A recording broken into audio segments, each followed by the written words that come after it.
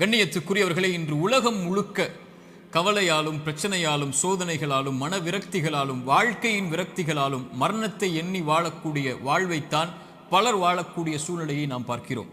குறிப்பாக வாலிப சமூகத்துடைய ஆண்களும் பெண்களும் பெரும்பான்மையாக இந்த நிலையில் இருக்கக்கூடிய காட்சியைத்தான் நம்மால் பார்க்க முடிகிறது. அல்லாஹுடைய தூதர் ஸல்லல்லாஹு அலைஹி வஸல்லம் இந்த காலம் மறுமை நெருங்கும் போது வரும் என்று சொன்னார்கள். மனிதர்களுடைய இறுதி காலம் நெருங்கும் போது மன்னரைகளை பார்த்து மனிதர்கள் சொல்லுவார்கள், நீங்கள் இருக்கக்கூடிய இடத்தில் நாங்கள் இருக்க வேண்டுமே என்று. மரணித்தவனை பார்த்து உயிர் உள்ளவன் மரணிக்க வேண்டும் என்று ஆசைப்படுவான் என்று அல்லாஹுடைய தூதர் ஸல்லல்லாஹு அலைஹி வஸல்லம் அவர்கள் சொன்னார்கள். இப்படி மரணத்தை எண்ணி கவலையாலும் பிரச்சனைகளாலும் சோதனைகளாலும் நெருக்கடிகளாலும் வாழக்கூடிய வாழ்வை இறுதி சமூகம் சந்திக்கும் என்று அல்லாஹுடைய தூதர் ஸல்லல்லாஹு அலைஹி வஸல்லம் அவர்கள் சொன்னார்கள்.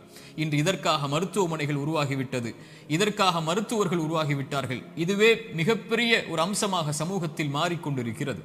இப்படி சோதனையான காலத்தில் நீங்கள் சோதனைகளை சந்தித்துக் கொண்டிருந்தால், நோயால், செல்வ இழப்பால், கண்ணிய இழப்பால் அல்லது வாழ்க்கையின் நெருக்கடிகளால், உறவுகளுடைய பிரிவால், இது போன்ற எந்த சோதனையில் நீங்கள் சிக்குண்டிருந்தாலும் இந்த செய்தியை செவிதாழ்த்தி கேளுங்கள். இந்த சோதனைகளில் நீங்கள் தனியாக இல்லை, உங்களுடைய இறைவன் உங்களோடு தான் இருக்கிறான். மீண்டும் சொல்கிறேன், இந்த சோதனைகள் எதுவாயினும் கவலை கொள்ளாதீர்கள், நீங்கள் தனியாக இல்லை, இறைவன் உங்களோடு தான் இருக்கிறான். அந்த செய்தி தான் நான் இப்போது உங்களுக்கு சொல்லக்கூடிய செய்தி. குர்ஆன் சொல்லுகிறது, வனப்லூக்கும் பிஷ்ஷர்ரி வல் கைரி ஃபித்னா. அல்லாஹ் நலவிலும் தீயதிலும் சோதனைகளை கொடுப்பான். இறைவனை பொறுத்தவரை நலவை இறைவன் கொடுப்பதும் ஒரு தீயதை உங்களை அணுக வைப்பதும் இரண்டும் இறைவனை பொறுத்தவரை சோதனைதான். உலகத்தை படைத்து மனிதர்களை இந்த உலகத்திலே அனுப்பும் போதே இறைவன் கூறிவிடுகிறான், வலனப்லுவன்னக்கும், நிச்சயமாக திட்டமாக நான் உங்களை சோதித்தே தீருவேன். பசியை கொண்டு சோதிப்பேன், பயத்தை கொண்டு சோதிப்பேன், செல்வ இழப்புகளை கொண்டு சோதிப்பேன், தொழிலின் நஷ்டத்தை கொண்டு சோதிப்பேன், உயிரிழப்புகளை கொண்டு உங்களை நான் சோதிப்பேன் என்று இறைவன் சோதித்தே தீருவான் என்று கூறிதான் மனித இனத்தை இந்த பூமியிலேயே அனுப்பி இருக்கிறான். இந்த பூமியிலேயே சோதனைகளில் இருந்து நீங்கி ஒரு சமூகம் வாழ வேண்டும் என்றால் அவர்கள் யாராக இருப்பார்கள் தெரியுமா? நபிமார்கள், இறை தூதர்கள். ஆனால் அந்த இறை தூதர்கள் தான் இந்த பூமியிலேயே அதிகம் சோதிக்கப்பட்டவர்கள். சோதனை எனக்கும் உங்களுக்கும் மட்டும் இறைவனால் கொடுக்கப்படுவதல்ல, நபிமார்கள் தான் இந்த உலகத்திலே சோதனை கொடுப்பதற்கு முதலாவதாக இறைவனால் தேர்ந்தெடுக்கப்படுபவர்கள். குர்ஆன் சொல்லுகிறது, நபிமார்கள் நிராசை அடைந்து நாங்கள் பொய்ப்பிக்கப்பட்டு விட்டோம் என்று எண்ணும் அளவிற்கு அவர்கள் நிராசை அடையும் போதுதான் அந்த சோதனையால், அந்த சிரமங்களால், அந்த கஷ்டங்களால் இறைவன் அவர்களுக்கு வெற்றியை அளிப்பான் என்று குர்ஆன் சொல்லுகிறது. இறை தூதர் ஸல்லல்லாஹு அலைஹி வஸல்லம் அவர்களிடத்திலே கேட்கப்பட்டது, இந்த பூமியிலேயே அதிகமாக சோதனைக்கு உள்ளாக்கப்பட்டவர்கள் யார் என்று. அல்லாஹ்வின் தூதர் ஸல்லல்லாஹு அலைஹி வஸல்லம் அவர்கள் சொன்னார்கள், நபிமார்கள். அவர்களுக்கு பிறகு நல்லவர்கள், அவர்களுக்கு பிறகு அவர்களை பின்தொடர்பவர்கள், அவர்களை பின்தொடர்பவர்கள் என்று அல்லாஹ்வுடைய தூதர் ஸல்லல்லாஹு அலைஹி வஸல்லம் அவர்கள் சொன்னார்கள். மனிதர்களுடைய எல்லோருடைய வாழ்க்கையிலும் இந்த எல்லா சோதனைகளும் பொதுவானது. நானும் நீங்களும் மட்டும் சோதனையில் உள்ளாக்கப்படுவதில்லை என்ற நியதியை நாம் புரிந்து கொள்ள வேண்டும். நமது வலதுபுறம் இடதுபுறம் இருக்கக்கூடிய எல்லோர்களும் சோதிக்கப்படுகிறார்கள். இப்போது பாருங்கள், பலஸ்தீனிலே முஸ்லிம்கள் படக்கூடிய பிரச்சனைகள், அவர்கள் சந்திக்கக்கூடிய சிரமங்கள், அவர்கள் சந்திக்கக்கூடிய உயிரிழப்புகள், பசியால் வாழக்கூடிய மனிதர்கள் நமக்கு முன்னால் வாழ்ந்து கொண்டிருக்கிறார்கள். தண்ணீர் கிடைக்காமல் தாகத்திலே கடல் நீரை குடிக்கக்கூடிய மக்கள் இன்று பலஸ்தீனிலே உண்டு. பசியால் புல்லை, விலங்கினங்களுடைய கழிவை சாப்பிடக்கூடிய மக்களாக இன்று பலஸ்தீன் மக்கள் பசியால் தாகத்தால் வாடுகிறார்கள். மனைவி இல்லை, குழந்தைகள் இல்லை, கணவன் இல்லை, உறவுகள் இல்லை. ஒரு கடைக்கு சென்று திரும்பி வந்த பெண்ணுக்கு குடும்பம் முழுக்க மண்ணில் புதைந்திருக்கிறது. அவர்களுக்கு உணவுக்கு வாய்ப்பில்லை, தண்ணீருக்கு வாய்ப்பில்லை, ஒதுங்குமிடத்திற்கு வாய்ப்பில்லை, பாதுகாப்பிற்கு வாய்ப்பில்லை. அவர்கள் தொழுவதற்கு மஸ்ஜிதுகள் இல்லை பலஸ்தீனில்.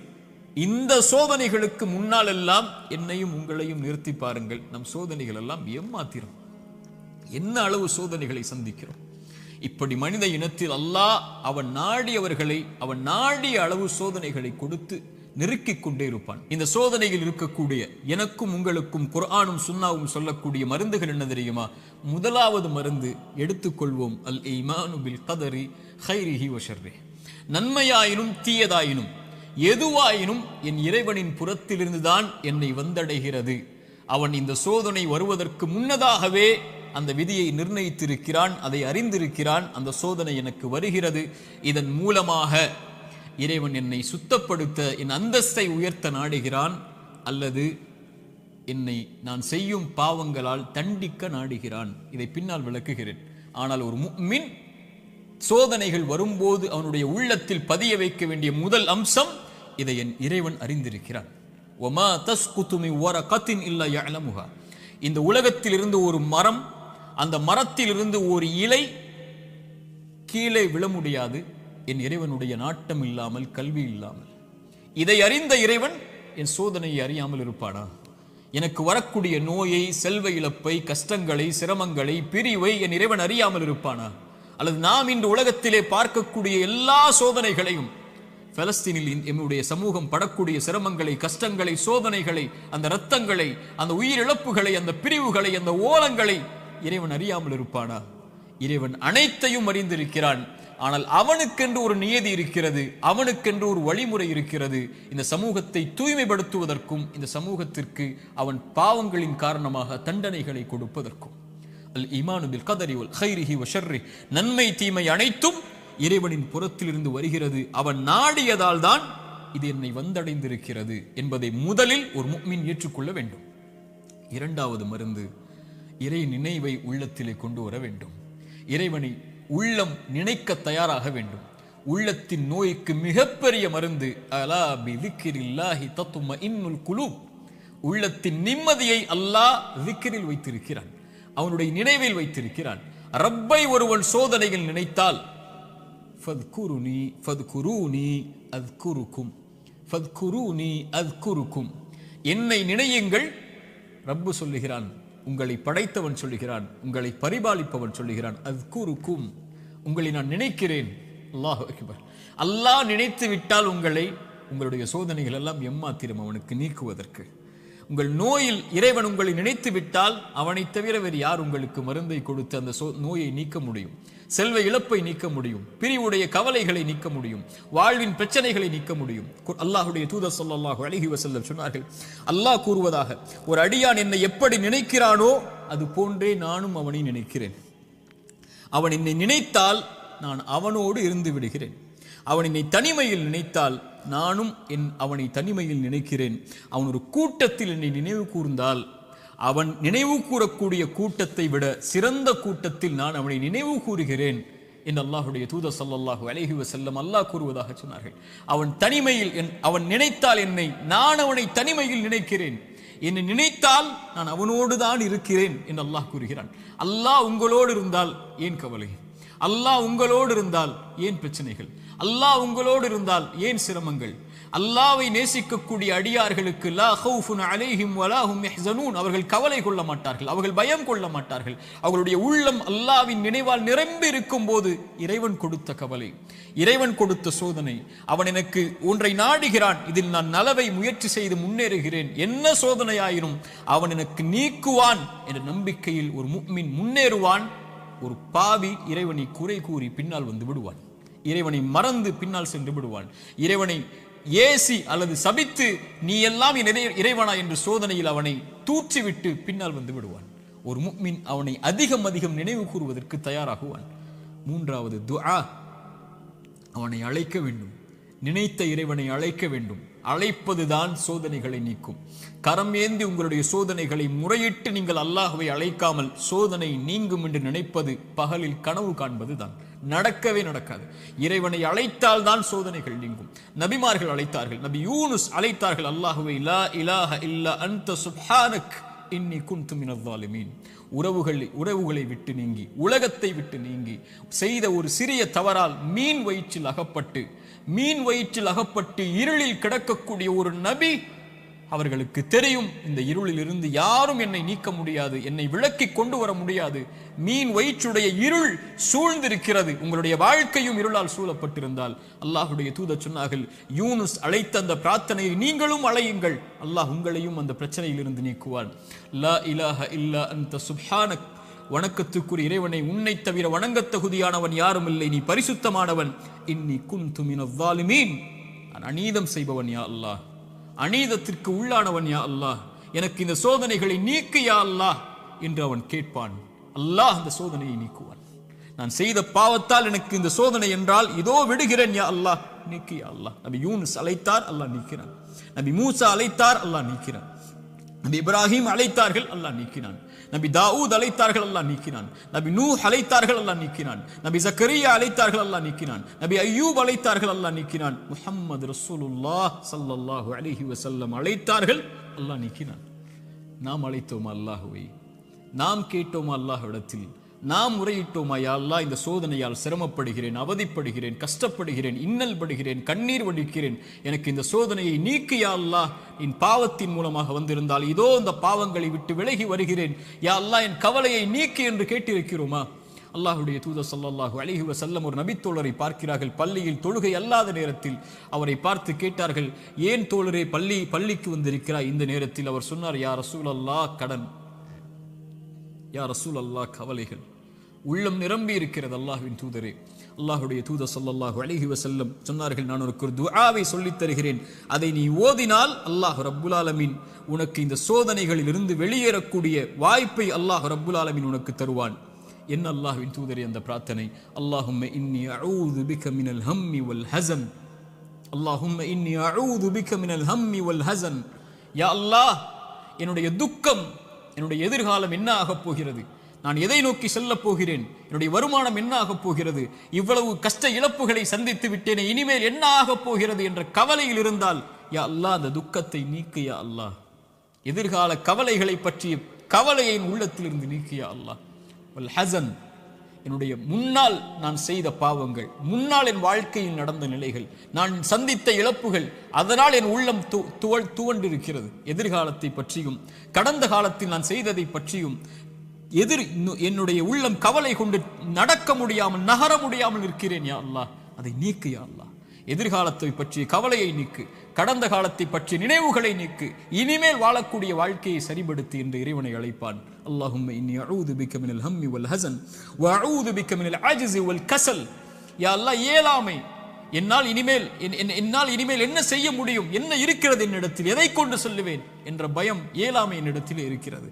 யா அல்லாஹ், கசல், சோம்பேறித்தனத்தால் சோம்பலில் இருக்கிறேன், என்னால் முடியும் யா அல்லாஹ், ஆனால் எழ முடியவில்லை, என்னால் இந்த சோதனைகளை கடக்க முடியவில்லை, என்னிடத்திலே தைரியம் இல்லை யா அல்லாஹ், தைரியத்தை கொடு, அதை செய்து முடிக்கக்கூடிய உறுதியை கொடு. வஅஊது பிக மினல் அஜ்ஸி வல் கஸல் வஅஊது பிக மினல் ஜுப்னி வல் புகுல். யா அல்லாஹ், கஞ்சத்தனத்தை விட்டும், யா அல்லாஹ் கோழைத்தனத்தை விட்டும், யா அல்லாஹ் கடன் என்னை மிகைப்பதை விட்டும், மனிதர்கள் என்னை ஆக்கிரமிப்பதை விட்டும் என்னை பாதுகாத்து விடு யா அல்லாஹ். இந்த அல்லாஹ்வுடைய தூதர் ஸல்லல்லாஹு அலைஹி வஸல்லம் அந்த துஆவை அந்த தோழருக்கு கற்றுக் கொடுத்தார்கள். இதை ஓதக்கூடிய வழக்கம் உள்ளவர்களாக மாற வேண்டும். இப்படி அல்லாஹ்வை அழைக்கக்கூடிய முறையில் எல்லாம் இதா சஅலக இபாதி அன்னி ஃபஇன்னி கரீபுன் உஜீபு தஅவத தாஇ இதா தஆன். அழைப்பவர்கள் அழைத்தால் அந்த அழைப்பிற்கு இவன் பதில் கொடுக்காமல் இருப்பதில்லை. அல்லாஹ்வின் தூதர் சொன்னார்கள், ஒரு மனிதன், ஒரு முஃமின் அல்லாஹ்விடத்திலே கரம் ஏந்தி அவனுடைய கரம் அல்லாஹ் கொடுக்காமல் கீழே விழுந்தால் அவன் கேட்பதை இறைவன் வெட்கப்படுகிறான் என்று அல்லாஹ்வுடைய தூதர் ஸல்லல்லாஹு அலைஹி வஸல்லம் சொன்னார்கள். அல்லாஹ்வை அழையுங்கள். கடைசியாக இந்த நேரத்தில் சுருக்கமாக சொல்கிறேன், மீண்டும் சொல்கிறேன், நோயால் சிரமப்படுகிறீர்களா, இழப்புகளால் சிரமப்படுகிறீர்களா, பிரிவால் சிரமப்படுகிறீர்களா, கடினமான காலத்தை வாழ்க்கையில் கடக்கிறீர்களா, ஒருபோதும் அல்லாஹ் உங்களை கைவிட மாட்டான். உங்களை விட இறைவன் உங்கள் மீது நேசம் கொண்டிருக்கிறான். கவலை கொள்ளாதீர்கள். நீங்கள் தனியாக ஒருபோதும் இல்லை. உலகமெல்லாம் உங்களுக்கு எதிராக இருந்தாலும் நீங்கள் தனியாக இல்லை. அவன் உங்களோடு இருக்கிறான். அவன் உங்களோடு இருந்தால், இந்த உலகத்தில் யார் உங்களோடு இல்லை என்றாலும், இந்த உலகமே உங்களை வெறுத்திருந்தாலும், உலகமே உங்களை புறக்கணித்தாலும் கவலை கொள்ளாதீர்கள். அது போதும் நமக்கு. இறைவன் உங்களோடு இருந்தால் அது போதும். உலகமெல்லாம் உங்களோடு இருந்து இறைவன் உங்களோடு இல்லை என்றால் அதை விட நஷ்டமில்லை. உலகத்தில் எவரும் இல்லாமல் இறைவன் உங்களோடு இருந்தால் அதை விட இன்பம் இல்லை. நபிமார்கள் உலகம் புறக்கணித்தது நபி நூஹை, ஆனால் நூஹோடு அல்லாஹ் இருந்தான். நபி தாவூதை உலகம் புறக்கணித்தது, அல்லாஹ் அவர்களோடு இருந்தான். நபி யூனுஸை உலகம் புறக்கணித்தது, அவர்கள் செய்த பாவத்திற்காக மன்னிப்பை கேட்டார்கள், அல்லாஹ் அதிலிருந்து அவர்களை பாதுகாத்தான். இப்ராஹீமை உலகம் புறக்கணித்தது, அல்லாஹ் அவர்களோடு இருந்தான். மூசாவை உலகம் புறக்கணித்தது, அல்லாஹ் அவர்களோடு இருந்தான். நபி அல்லாஹ்வின் தூதரையும் உலகம் புறக்கணித்தது, பெரும்பான்மை புறக்கணித்தது, அல்லாஹ் அவர்களோடு இருந்தான். லா தஹ்சன் இன்னல்லாஹ மஅனா. அல்லாஹ்வின் தூதர் அதனால்தான் சொன்னார்கள், கவலை கொள்ளாதீர், அல்லாஹ் நம்மோடு இருக்கிறான். அல்லாஹ்வின் தூதர் ஸல்லல்லாஹு அலைஹி வஸல்லம் ஒரு தாயை குறித்து சொன்னார்கள். போர்க்களத்தில் காணாமல் போய் கிடைத்த ஒரு குழந்தையை ஒரு தாய் தேடி வரும்போது அல்லாஹ்வுடைய தூதர் அதை எடுத்து கொடுக்கும் போது அந்த தாய் அந்த குழந்தையை வாங்கி கட்டி அணைத்து அதற்கு உணவை கொடுக்கும் போது அல்லாஹ்வின் தூதர் நபித்தோழர்களை பார்த்து கேட்டார்கள், இந்த தாய் இந்த குழந்தையை நெருப்பில் வீசுவாளா? அந்த குழந்தை படக்கூடிய சிரமத்தை கஷ்டமாக உணர்ந்த அந்த தாய், தன் உயிர் போய் கிடைத்த வந்த மகிழ்ச்சியில் இந்த வாழக்கூடிய இந்த தாய் இந்த குழந்தையை நெருப்பில் வீசுவாளா? தன்னோடு வந்துவிட்ட அந்த குழந்தையை எப்படி நெருப்பில் வீசுவாள்? அல்லாஹ் இந்த குழந்தைக்கு இந்த தாய் காட்டக்கூடிய அன்பை விட அல்லாஹ் அவனுடைய அடியார்கள் மீது இரக்கம் உள்ளவன். அல்லாஹு அக்பர். ஒரு அறிஞர் அழகாக சொல்லுவார், யா அல்லாஹ், அல்லாஹ்வை அழைத்து சொல்லுவார், யா அல்லாஹ், என் தாயை விட என் மீது இரக்கம் காட்டக்கூடியவன் நீ. என் தாய் நான் சிரமப்படுவதை, என் தாய் நான் நோயில் வாடுவதை, என் தாய் நான் கடனில் இருப்பதை, கடனால் கஷ்டப்படுவதை, என் தாய் என் செல்வ இழப்புகளில் கஷ்டப்படுவதை, என் தாய் என்னுடைய இழப்புகளில், பிரிவில், நோயில், சிரமங்களில், சோதனையில் கஷ்டப்படுவதை விரும்ப மாட்டாள். என் தாயை விட என் மீது இரக்கம் உள்ள நீயும் விரும்ப மாட்டாய். யா அல்லாஹ், அதை எனக்கு இரக்கம் காட்டு, இந்த சோதனையை நீக்கென்று அல்லாஹ்வை அழைப்பார்கள் அறிஞர்கள் இந்த ஹதீஸை கொண்டு. அல்லாஹு அக்பர். அல்லாஹ் உங்களை ஒருபோதும் கைவிட மாட்டான். அல்லாஹ் உங்களை ஒருபோதும் பிரிந்து விட மாட்டான். அல்லாஹுவின் பக்கம் வந்து விட்டால் அல்லாஹ் உங்களை ஒருபோதும் வேதனை அடைவதை, உங்கள் கண்கள் கண்ணீர் வடிப்பதை, உங்கள் உள்ளம் நெருக்கமாகுவதை, உங்கள் உள்ளம் உடைக்கப்படுவதை இறைவன் ஒருபோதும் பார்த்து கொண்டிருக்க மாட்டான். ஆனால் கடைசியாக சோதனைகள் இறைவனின் புறத்திலிருந்து வருகிறது. ஆம், ஆனால் ஒருவருக்கு சோதனை நன்மையாக வரும், ஒருவருக்கு சோதனை தண்டனையாக வரும். நபிமார்களுக்கு சோதனை வந்தது என்று சொன்னேன். எல்லா நபிமார்களுக்கும் சோதனை வந்தது. அந்த சோதனைகள் அவர்களை தூய்மைப்படுத்துவதற்காக, அவர்களை சுத்தப்படுத்துவதற்காக, அவர்களுடைய அந்தஸ்தை அல்லாஹ்விடத்திலே உயர்த்துவதற்காக, ஈமானில் அவர்களை உறுதிப்படுத்துவதற்காக, எல்லாவற்றையும் கொண்டும், உலகத்தை கொண்டும், மார்க்கத்தை கொண்டும், தீனை கொண்டும் அல்லாஹ் சோதித்துக் கொண்டே இருந்தால் அவனின் பக்கம் அவர்களை நெருக்கமாக்கி, அவனின் பக்கம் அவர்களை நெருக்கமாக்கி கொண்டு வருவதற்காக. அது நிஅமா, அது அருள். அந்த சோதனை அருள். அல்லாஹ்வுடைய தூதர் ஸல்லல்லாஹு அலைஹி வஸல்லம் அவர்கள் சொன்னார்கள், உலகத்தில் அதிகமாக சோதிக்கப்பட்டவர்கள் யார் என்று கேட்கும்போது நபிமார்கள், அவர்களுக்கு பின்னால் வந்தவர்கள், அவர்களுக்கு பின்னால் வந்தவர்கள் என்று சொல்லிவிட்டு சொன்னார்கள், அல்லாஹ் ஒரு மனிதனுடைய மார்க்கத்திற்கு ஏற்ப அவனை சோதிப்பான். யா அல்லாஹ், அவனுடைய மார்க்கம் நிலையாக உறுதியாக இருந்தால் அந்த உறுதியோடு, அந்த நிலையோடு சோதனையும் உறுதியாகும். யா அல்லாஹ்.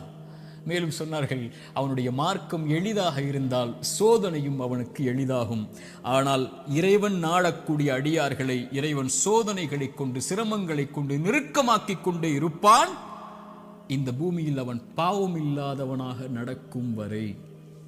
யா அல்லாஹ், இந்த ஹதீஸை எப்படி விவரிப்பது இந்த சிறிய நேரத்தில்?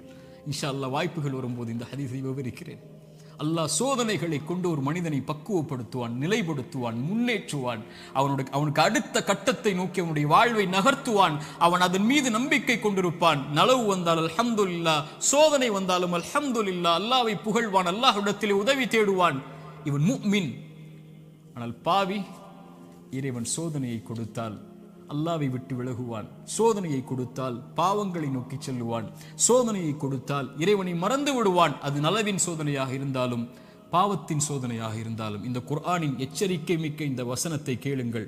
ஃபலம்மா நஸூ மா துக்கிரு பிஹி, எம் நினைவை விட்டு நீங்கள் மறந்து வாழும் போது, ஃபதஹ்னா அலைஹிம் அபுவாப குல்லி ஷை, வானத்தின் கதவுகள் எல்லாம் திறக்கப்படும், என்ன வேண்டுமோ கிடைக்கும். ஹத்தா இதா ஃபரிஹு மா ஊது, அல்லாஹ் கொடுத்ததை கொண்டு அவர்கள் நிம்மதியோடு வாழ்ந்து கொண்டிருக்கும் போது, அது சோதனை என்று அறியாத அந்த பாவிகளுக்கு அஹத்னாஹும் பக்ததன், திடீரென்று அல்லாஹ் பிடித்து அவர்களை நஷ்டவாளிகளாக மாற்றி விடுவான்.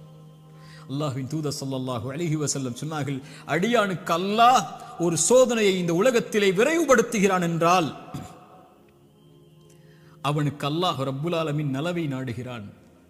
அல்லாஹ் அவனுக்கு சோதனையை தாமதப்படுத்துகிறான் என்றால் பாவங்களின் காரணமாக நாளை மறுமையில் அவனுக்கு அல்லாஹ் ரப்புல் ஆலமீன் அதை கொடுப்பதற்கு அல்லாஹ் காத்திருக்கிறான். தீயதாக நல்லவருக்கு சோதனையை உலகத்திலேயே கொடுத்து அல்லாஹ் அவனை நெருக்கமாக்கி விடுவான். பாவியை விடுவான் அல்லது பிடிப்பான். பிடித்தாலும் விட்டாலும் அவன் அழிவது நிச்சயம். அல்லாஹ் ரப்புல் ஆலமீன் அப்படிப்பட்ட பாவங்களை விட்டு அல்லாஹ் எம்மை பாதுகாப்பானாக.